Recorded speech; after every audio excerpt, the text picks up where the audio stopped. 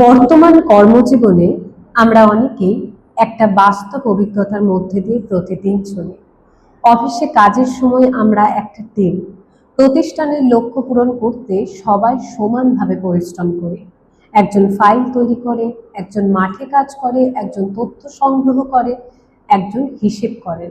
সবাই মিলে একটা প্রতিষ্ঠানের সাফল্য গড়ে ওঠে। কিন্তু দুঃখের বিষয়, অনেক কর্মস্থলে কিছু উচ্চপদস্থ কর্মকর্তা পদকে দায়িত্ব হিসেবে নয়, ক্ষমতা হিসেবে ব্যবহার করেন। তাদের আচরণে সম্মান নয়, ভয় কাজ করে। সহযোগিতা নয়, নির্দেশই যেন একমাত্র ভাষা।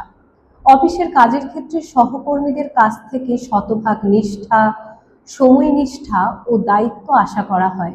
কিন্তু সেই সহকর্মী যদি নিজের কোনো ন্যায্য প্রয়োজনে একদিনের ছুটি, একটা স্বাক্ষর, একটা অনুমতি বা সামান্য প্রশাসনিক সহযোগিতা চান, তখন তাকে একই কথা বারবার বলতে হয়, দিনের পর দিন অপেক্ষা করতে হয়, কখনো কখনো অযথা হয়রানিরও শিকার হতে হয়।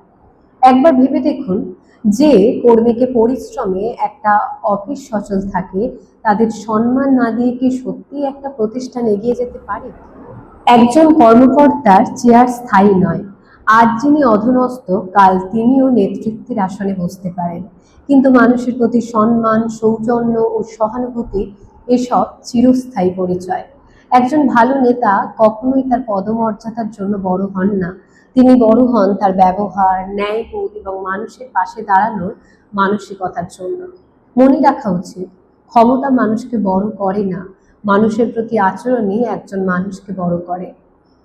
যে কর্মকর্তা নিজের সহকর্মীদের সম্মান দেন, তাদের সমস্যার কথা শোনেন এবং ন্যায্য সহযোগিতা করেন, তার নেতৃত্ব মানুষ মনে রাখে। আর যিনি ক্ষমতার অপব্যবহার করেন, তাকে মানুষ পদমর্যাদার জন্য নয়, আচরণের জন্য স্মরণ করে। কারণ একটা প্রতিষ্ঠানের প্রকৃত শক্তি ভবন বা পদ নয়, সেখানে কর্মরত মানুষগুলো।